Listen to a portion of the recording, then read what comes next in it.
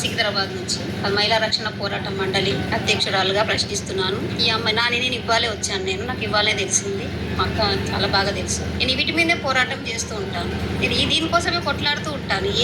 ఎట్లా ఉంది ఈ పిల్లలదంటే చాలా దరిద్రంగా ఉంది. ఎక్కడ చూసినా నిన్న కూడా చిలకలగూడలో ఒక ఎఫ్ఐఆర్ చేసి వచ్చాం. ఒక అమ్మాయిని అంటే జస్ట్ కామన్గా మాట్లాడితే ఫోన్ కాల్లో చేసి ఇచ్చేసి ఎఫ్ఐఆర్ చేసినాము, అరెస్ట్ చేయించినాం. నిన్ననే SC ST కేసు ఎఫ్ఐఆర్ చేయించి వచ్చాను నిన్ననే చిలకలగూడ నుంచి. నిన్న అయిపోయింది లేదు, మళ్ళీ ఇట్లా ఇంకొక న్యూస్ వస్తూనే ఉంటుంది. అంటే ఒకటి పూర్తి కాగానే ఇంకొక అమ్మాయిది వచ్చేస్తుంది. ఇట్లా మాకు న్యూస్లో చూసుకు వచ్చాను నేను. మేము సంవత్సరాలు నిలబెట్టుకుంటూ వస్తున్నాం. పోలీసులు చేయని పనులు మేము చేస్తున్నాం. మహిళా మండలికి మాకు నిజంగా అవార్డులు ఇవ్వాలి. మాకు అందరూ గవర్నమెంట్ నుంచి మాకు అవార్డ్స్ ఇవ్వాలి. మేము అట్లా సంసారాలు నిలబెడుతున్నాం.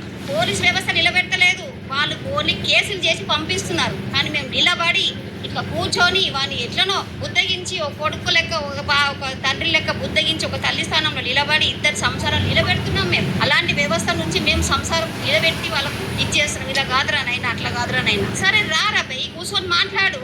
మరి ఇట్లా పారిపోవడం ఎందుకు? అమ్మ ఎన్ని రోజులు కూర్చుంటుంది.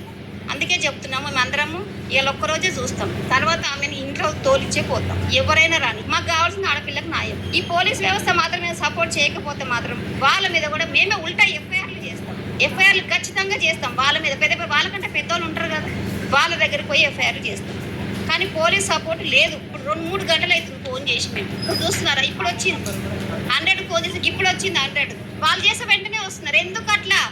ఈ బాగ్దోకి ఎందుకు? మళ్ళా పిల్లదాంట్లో ఇట్లా పిల్లగాందంటే అట్లా అంటే అవ్వాల్సినోడా? మన దగ్గర పైసలు ఉన్నాయా? ఇక మేము బూతులకు ఎత్తుకుంటే బూతులే వస్తాయి.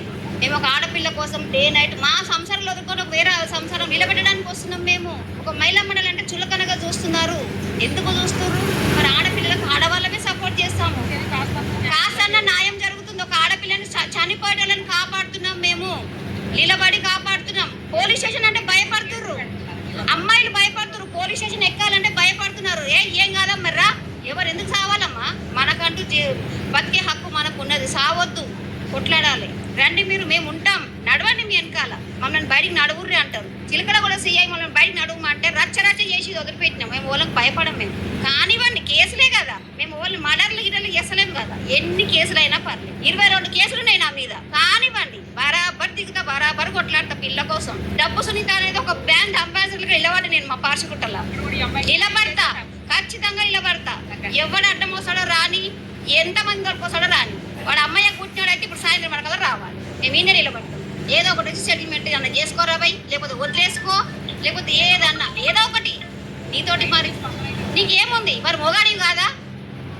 నేను ప్రశ్నిస్తున్నాను కదా. మరి మా ఈయన కాదు, నేను మొగోని, నేను సంసారం చేస్తాను, నా పిల్లలు నాకు పంపిస్తాను అంటరా బై, పంపిస్తాం. ఎందుకు వద్దని కేసేసాడు? వద్దని కేసు చేస్తావు. ఆ పిల్లతో మాట్లాడినావా? వాళ్ళ అమ్మాయితో మాట్లాడినావా? కుటుంబ సభ్యులతో మాట్లాడినావా? మరి నీ అంతా నువ్వే కేసేస్తే ఎట్లా? కొన్ని అమ్మాయిలు ఏమన్నా తప్పు ఉందా? చెప్పు, వచ్చి మాట్లాడు మాతోటి. కోర్టు గీటు అమ్మ కోర్టులో చూస్తలేమా మనము? కోర్టుకు రాడు కదా. డబ్బులు ఉన్నాయి. ఇప్పుడు ఆ లాయర్ ఎవరో, లాయర్లు కూడా చాలా చాలా చండాలంగా ప్రవర్తిస్తున్నారు. పైసల కోసం ఎంతకైనా దిగజారుతున్నారు లాయర్లు కూడా.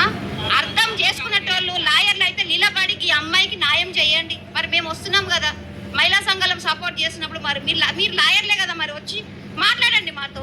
మీరు ఇట్లా చేసుకుంటూ పోతే ఇంకా భారీ ఎత్తున పోతుంటుంది. ఖచ్చితంగా ఈ అమ్మాయికి సపోర్ట్ చేస్తాము. ఎవరైనా సరే, ఎంతమంది వచ్చినా సరే, మేము మాత్రం ఈ అమ్మాయిని వదిలే పరిస్థితిలే లేదు. ఖచ్చితంగా మేము సపోర్ట్ చేస్తాం. Thank you very much.